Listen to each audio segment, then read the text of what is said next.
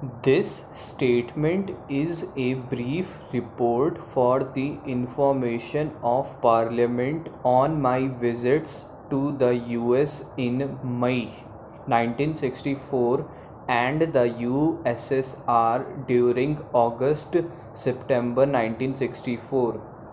The object of my visit to the US was to secure material and financial assistance for the implementation of India's 5-year defense plan covering the period April 1964 to March 1969, to which I had made a reference during the debate on the demands for grants of the Defense Ministry in March 1964.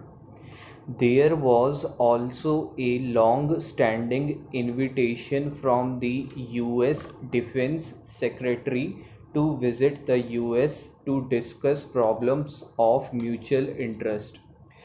I also received later an invitation from the Defense Minister of USSR. I took this opportunity to discuss with the Soviet government various matters connected with the implementation of our defense plan. The task of re-equipping and modernizing our armed forces is a very stupendous one. In order to ensure systematic development of our defense potential in the light of the threat facing the country earlier this year, we prepared a 5-year defense plan. The programs of modernization of the defense forces and improvement of facilities for logistic support of the armed forces would call for additional outlays on defense. The increase in terms of internal resources will be of the order of about 10 to 12% over the current level of defense expenditure. But the total requirement of foreign exchange for the defense plan has been assessed at about 3 times the normal allocations which can be made to defense from our own export earnings. The major constraint, therefore, which would affect the implementation of the defense plan is the availability of foreign exchange in time to meet the import requirements of the various constituents of the plan. As the economic development plans also require heavy investments of foreign exchange in order to ensure that the progress of India's economic development is not affected, it is necessary to secure assistance from friendly foreign countries for the implementation of the defense plan. I reached Washington on May 18, 1964 and had discussions with the US Secretary of Defense. I also had discussions with Secretary of State Mr. Dean Rusk. I also discussed the question of supply of high performance fighter aircraft for the Indian Air Force, the need for which was established in exercise Shiksha held last year.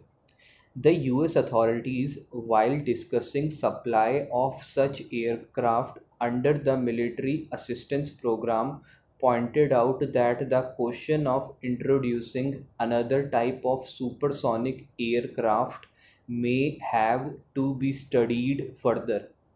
In the circumstances, no final decision was taken.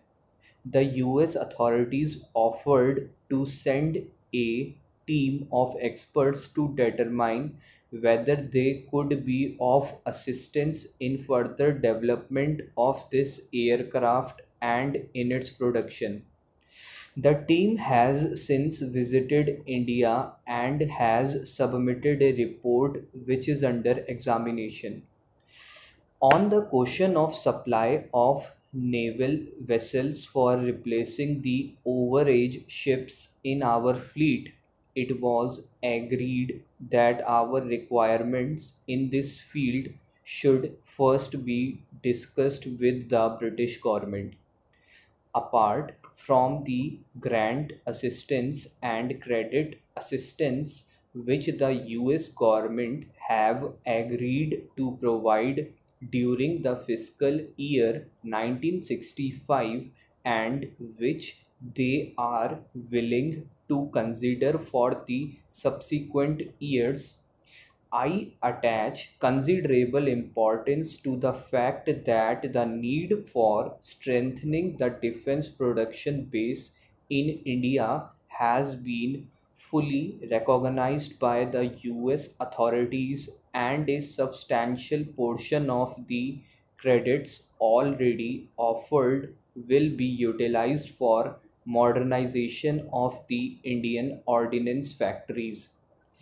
During my stay, I visited a number of defense installations and training establishments in the US. On hearing of the sudden passing away of Mr. Jawaharlal Nehru, I cut short my visit in the US and returned to India on May 28, 1964. A meeting with President Johnson scheduled for May 28, 1964 could not take place. As honorable members are aware, we had concluded an agreement in 1962 with the Soviet Union for establishing production of MiG 21 fighter aircraft. While we have proceeded with civil works and preparation of project reports, it was found that there were several important fields not covered by the original agreement, in which, without additional Soviet assistance, it would not be possible to establish early production of the aircraft. It was also our intention to explore possibilities of securing assistance in respect of certain other equipments included in the plan. I reached Moscow on August 28, 1964. I had discussions with the Soviet defense minister and senior members of the State Committee for Foreign Economic Relations. I had also discussions with the chairman, Mr. Khrushchev. These discussions were most cordial